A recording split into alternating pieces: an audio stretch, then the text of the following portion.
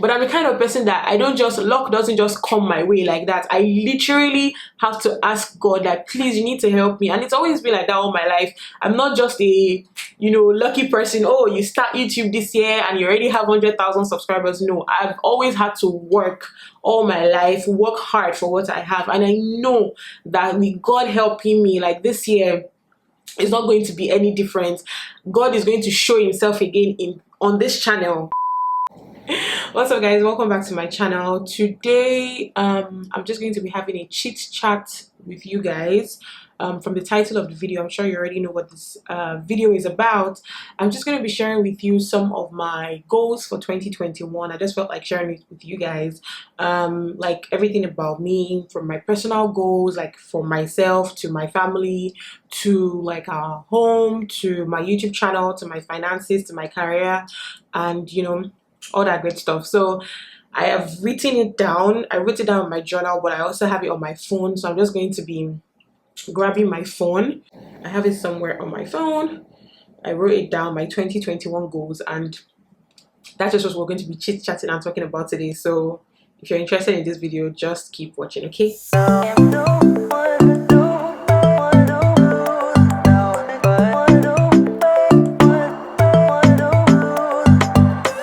2021 goals, I think I should start from like my personal goals. I'm going to start from there and then we'll just pick it up from there. So my personal goals, the first thing I wrote on here is that so this year I want to take a couple of online classes and try to get an additional degree. I've been wanting to do that. I wanted to do that last year, but there was just a lot going on with trying to be a first-time mom and raising my child as a first-time mom. So I didn't think I could really juggle all that together, and I didn't know how things were going to be because of the virus and everything. But I feel like now everybody's pretty much in a place where they kind of know like how things are now. So like even schools will know how things are now, and I'm guessing a lot of schools will be doing more of online classes and all that. So I'm trying to take like online classes, get an additional degree, and then I don't want anything too long, probably like for 12 months, 18 months max. There are also a couple of exams I want to write this year, and so I've been dodging the exam for a long time, but I have to write it this year. It's one of my professional goals or personal professional goals, and I have to write it this year. I have told myself I'm going to be writing the exam this year, and I really I've been telling God I just want to write it once. I don't want to have to write it twice, because I feel like once you give birth, that's my own personal opinion, Sha. Since I had Tishay, I feel like book has not just been entering my head. I don't know. Let me know if you're a mom and you gave birth, and well, I know there are a lot of moms out there that have gone on to get PhDs and whatnot, but let me know if you're a mom out there and you can relate to what I'm saying. Like, as soon as you give birth, it just seems like as if book is not just entering your head again. Like, even at work, to just do some things that I would normally know how to do and write, and it just seems like, yeah. Another thing I want to do this year, I said this on Instagram actually, I want to do more speaking engagements. So speaking engagements, maybe like somebody can invite me on their Insta stories to talk about something. It could be like motherhood, it could be like what else am I interested in talking about? It could be like youth, teenagers, it could be mentorship, so I just want to talk on someone's platform.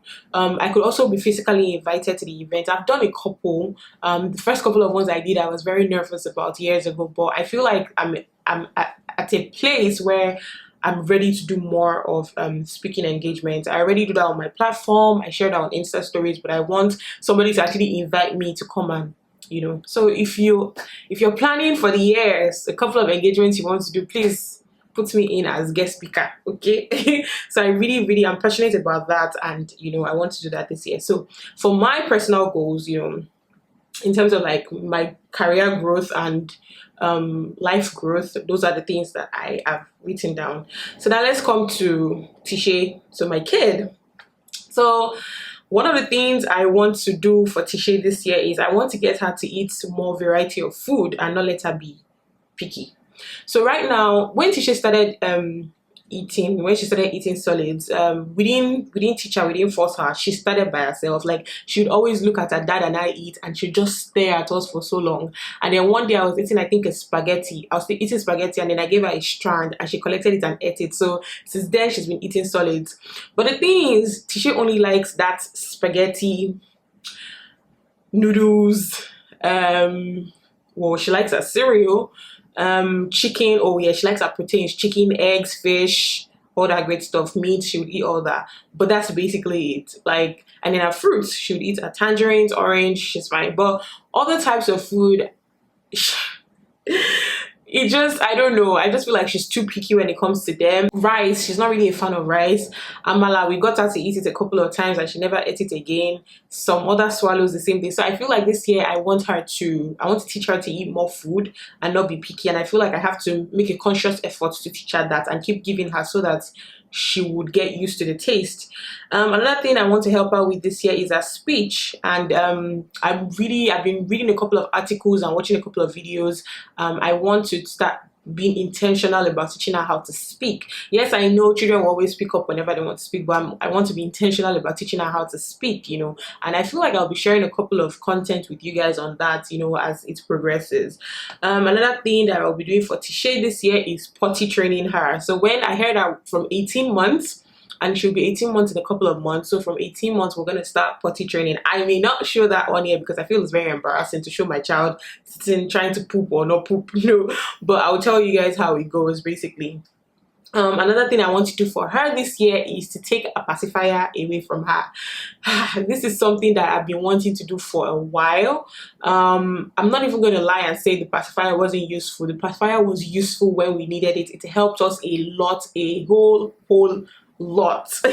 But I feel like now it doesn't really serve any purpose anymore. It's just something that she's just getting addicted to, and I want to just take that away from her. So definitely we'll be taking a pacifier away from her sometime this year, maybe sooner than I even expect. So yeah. Next thing is, I'm gonna make sure that she sleeps without backing. So that's something Tisha also loves to do, just like the pacifier. The pacifier and the sleeping go hand in hand, because she mostly uses a pacifier when she wants to sleep. Now, she also doesn't sleep until we back her. She's kind of already breaking out of that, because sometimes in the night I just leave the living room and I just come to the room to sleep, to lie down, and maybe I'm watching a show. And when she's tired, I guess when she plays with her dad and everything, she comes to the room and she just like lays down beside me. She'll roll a couple of times and then she falls asleep. So she's already getting somehow out of that, but I just want her to break out of it completely. So that's something I feel like I also have to help her with, you know, to get her to sleep without being on the back or without using a pacifier. Yes. Another thing I'm intentional about with Tisha this year is to teach her to recognize things. So, you know, I want to really teach her before the end of the year. I want to be able to be like, what is this? A cup? What is this? A phone? What is this? Like, I want her to be able to say it. And I know that, you know, they say, oh, don't worry, kids learn in their own time. Yes, they do, but I also want to be intentional about it. So I would also be teaching her by myself, you know. So I'm going to create a timetable for myself to sit down, and even if it's 30 minutes a day consistently, I've realized that with kids, consistency and routines, you know, help them a lot. So I'm just going to be consistent about it, and I think that I know that with God helping me, she's going to excel, you know. So yeah. And then the last but not the least thing I want to do this year is teach Tisha how to pray. Even if it is for her to just say in Jesus' name, even if it's for her to say amen, I'm going to teach her how to pray. She needs to I know you guys will be like, man, you have packed so much for Tisha this year. Yes, because, you know, you need to have goals. Like, if you don't have goals, your year is just going to do as anyhow as it goes, yeah. But when you have goals and plans that you want to achieve in the year, you'll be intentional about it. And I'm I've decided to be an intentional parent, not just a, you know what, whatever life throws at us, we take it like that. No, I also want to play my part. I want to do my part. It might take a longer time. It might get harder, but I want to play my part and do my part. So I want to be intentional about it. So yes, I want to be intentional about teaching her how to pray at this early age. By the end of this year, she'll be 2. So before she's 2, I want her to learn how to pray. Okay, so those are the goals that I have for Tisha when it comes to teaching. So let's move on to the home. Our home, yes, our, well, family home, you know. So I have written down here that one of the goals for us as a family this year is to move houses. At least for me, I know my husband also agrees, is to move houses. Listen, we went from so my husband was living here before we got married, so he went from living here alone to me joining him, and it was still fine when I joined him. You know, we're just two of us in this house, and it was I felt like there was so much space and it was spacious and everything. And then we went from being the two of us to not just even three to four, because Bossa stays with us too. So we went from we went from living two people living in this house to four people living in this house. And so, you know, the house, and you know, with kids, all the things you buy, even though I'm trying to like declutter and everything, but you know, things just occupy the house and everything. So I feel like the house is now cramped for us, is small for us. So one of the goals for us this year is to move houses. And you know, I know I know it's going to be tough in this Nigeria. Well, I reject it, just it's not going to be tough, but I know that it's going to take a lot of hard work, especially with my schedule, my husband's schedule, to try and look for houses. But I know that this year I want us to move houses. Left to me, Seth, because we live in an estate, I wish this estate that I'm in, there's a house readily available, because I don't feel like moving out of this estate. I love this estate. I love the security. I love everything that comes with it. But you know, so the stress of thinking of start looking for another estate, nearness to home, nearness to family, nearness to all those things. I have a video on house hunting in Lagos. Please, I'll link it up here if you haven't seen it. You should go and check it out. So all those nearness to this, nearness to that, you know, trying to see, does the landlord stay in the same apartment? Because that's a mistake we're not making again. What kind of, does everybody share electricity? Does everybody share water? Do they have prepaid meter? Do they know, is it estimated billing? Those things, like man, it's going to take a toll, you know. But we have a budget already. We already talked about it, and we have a budget, so we're going to just be, you know, going through that, and you know, try to move out, trying to get a place, you know, this year. And obviously I'm going to be carrying you guys along. Obviously I'm going to be sharing with you guys how we, you know, house hunt, and when we eventually get a place. So that's one of the goals for this year in terms of our home.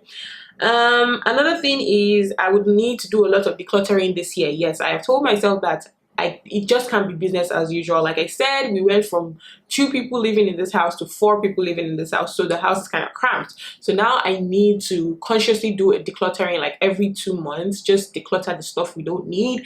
I don't like being a hoarder.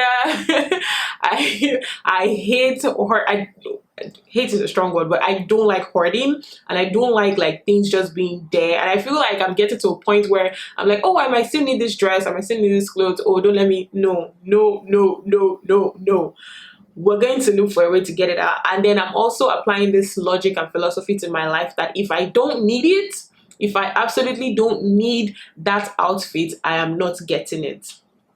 There is no reason to get it. If I don't need that shoe, like I have to give myself a couple of reasons, maybe like 4 reasons why I need that shoe. If I don't need it, I am not getting it, basically, because I don't want our house to be choked, cramped, and you know, even for like gadgets for Tisha and toys, if she does not need it, except, well, you know, people send us stuff and buy us stuff, except that. But me personally buying for her, nah.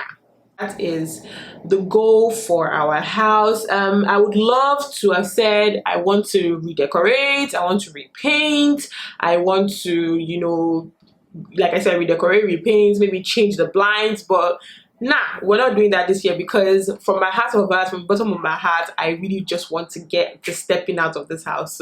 So help us God. But I don't want to put a but there because it's going to happen in Jesus' name. Amen. So now let's move on to finances. Yes.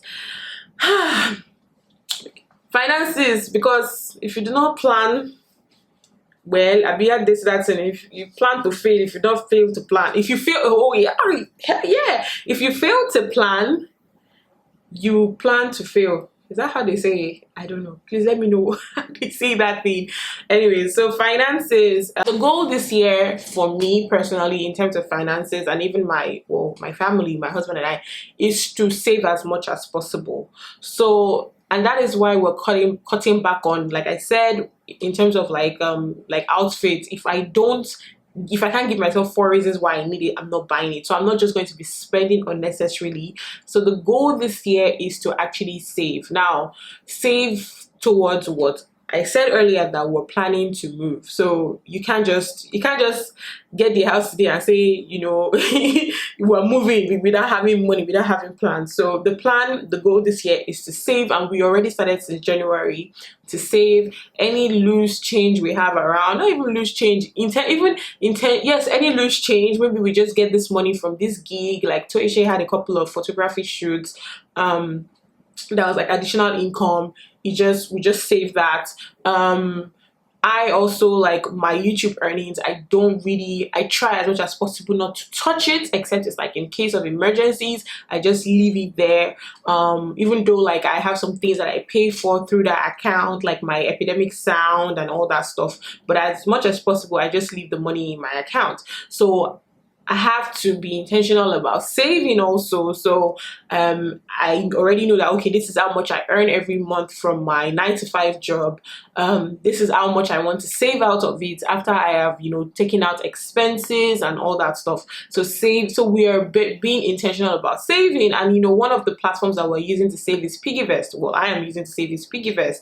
And this video is not sponsored. I just love Piggyvest. I particularly use the safe lock, the safe lock, is it called? Yeah, the safe lock thing, where you just like just put money inside and you lock it, and you say that for the next 6-7 months I don't want to touch this money. So that's what I do now. I'm also trying to get us to save for vacation. I know it is COVID period, we don't know when we would get to like travel like that, but I just feel like we should start saving. What if in the next 3-4 months, you know, the world gets back to normal and we have plans, or we have the opportunity to travel, and then we're just like, where was I supposed to get this $5,000 from that I want to spend to travel? Do you understand? It's not, you can't just wake up one morning and say, oh, we are traveling and, you know, this is the money and we have it, like it's just lying around. No, so we have to save for it. So we're saving for that, we're saving for a house, and we're just saving for the rainy day. You never know, things just pop up and come into your life and creep into your life and sneak into your life.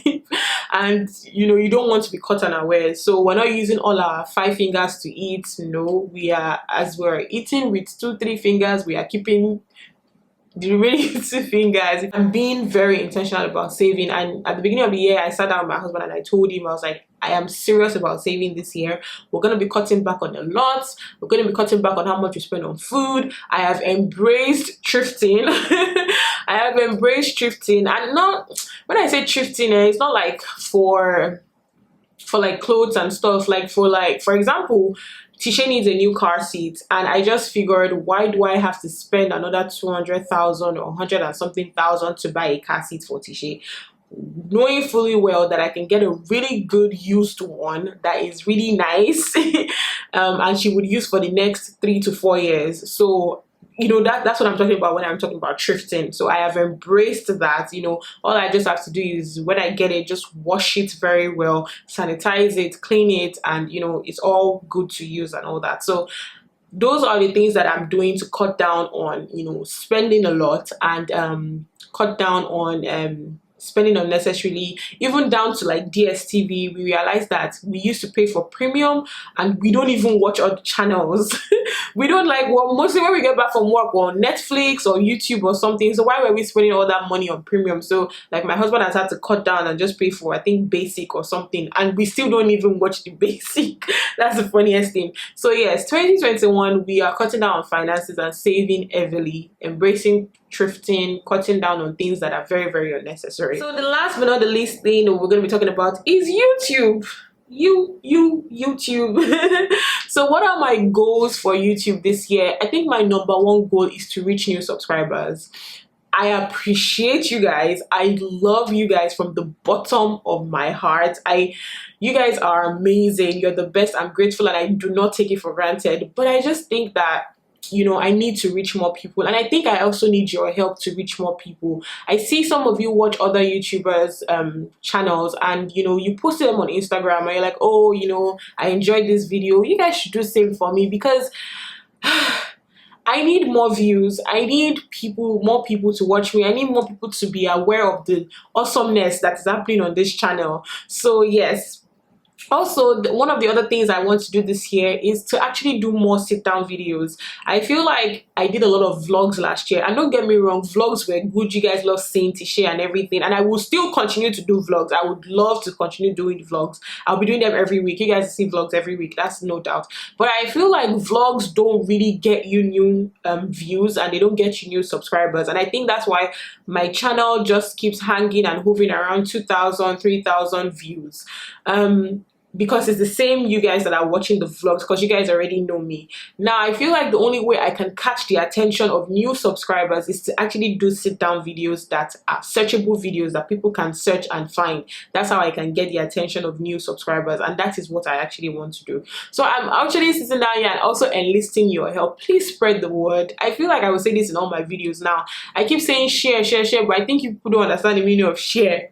Spread the word, tell everybody you know about me. Like, when a friend of yours is talking about YouTube, you'll be like, oh, do you know Gbemi? You should watch her channel. You know, she has good content. Except you think I don't have good content. But if you're here watching this video and you believe that I have good content and something to offer and value to give, and what's that other thing? Impact, yes. And you know that I'm impacting your life in one way or the other, please share this video. Please, you know, just tell people about me. Tell people about my Instagram page. Tell people about my channel. Yes, I promise I will not disappoint you. That your friend will definitely not come back to say, oh, that lady you asked me to watch, I don't like anything on her channel. No, I would not disappoint you in any way. So I'm also enlisting your help. Like I said, please help me spread the word, tell people about my channel. I really need new views, you know. My goal this year also in terms of subscriber growth, I know I'm going to get to 10,000 this year. That one is a no-brainer. Now is a no-brainer. So now my goal for 2020 is actually to get to 20,000 subscribers, and I know it is possible. I know it is very possible. There are people that started less than a year ago and they already have this, so I know it is very possible. 10,000, that one is just clicking right around the corner, and I know it's going to happen. I know that my inconsistency in December, January, and I think sometime in September or October made me not get that goal last year. But I know that with the plans I have for myself and the goals I have for my channel this year, and God helping me, see, I've been praying about this channel, praying. I keep asking God, give me the idea for witty inventions, give me the idea for witty content, because I can't do it by myself. I know some other people don't, you know, pray or consult God before they, you know, make videos, and it might even seem flimsy to you, but I'm the kind of person that luck doesn't just come my way like that. I literally have to ask God that, please, you need to help me. And it's always been like that all my life. I'm not just a, you know, lucky person. Oh, you start YouTube this year and you already have 100,000 subscribers. No, I've always had to work all my life, work hard for what I have, and I know that with God helping me, like this year, it's not going to be any different. God is going to show himself again on this channel. He's going to show himself over and over and over again. So yes, please, I need your help enlisting you to get my goal this year to 20,000 subscribers, to get more views this year. God, I can't. I don't know why I'm about to get emotional about this, but yes, so that's what I wrote down. I want to reach new subscribers. I love you guys on here. I need to get new subscribers. I know I'm going to get 10,000 subscribers this year, but my new goal is to get 20,000 this year. My goal is to upload 3 videos a week, except something happens, chat. That is my goal. So my goal this year is also to get 3 to 4 videos a week. So every week this year, expect 3 to 4 videos from me. And then in terms of revenue for my YouTube channel, my goal is to make an average of $700 to $1,000 this year. That is my goal. I'm not even a greedy person. Honestly, I'm not. But my goal is to get an average of $700 to $1,000 this year. And I know it is possible. I know that God can do it, because let me tell you something. I used to think YouTube was just I'm just doing it and I'm just, you know, having impact on people and just, you know, sharing the things I learn and the things I know with you guys. But somebody actually sat me down and said, Gbemi, it is a job. It is your second job that you have. Yes, you know, it's your job where you find fulfillment and you're, you know, giving people value and you're impacting people's lives in one way or the other, yes, but it is actually a job. It's not just a I do it today, I don't do it tomorrow. In your job, in your 9 to 5 job, I can't just wake up today and say I'm not going to work. I can't wake up tomorrow and say I'm not going to work. That's the same attitude I need to bring to YouTube. I can't just wake up today and say I'm not shooting video. I'm making this video right now. It is 9 a.m. That's when I'm making this video, and I have decided that I will continue to be consistent about things like this. So yes, that is all about my goals for YouTube, my goals for my finances, my home, my kid, and my personal life. And yeah, I just felt like, you know, sharing that with you guys, because, you know, we're family. And I know that definitely you guys are going to help me achieve these goals. Abby? Yes, definitely going to help me achieve these goals. So yes, thank you so much for watching this video. If you found it useful, if you have any questions for me, leave it in the comment section down below, and I will definitely see you guys in my next video. Bye guys.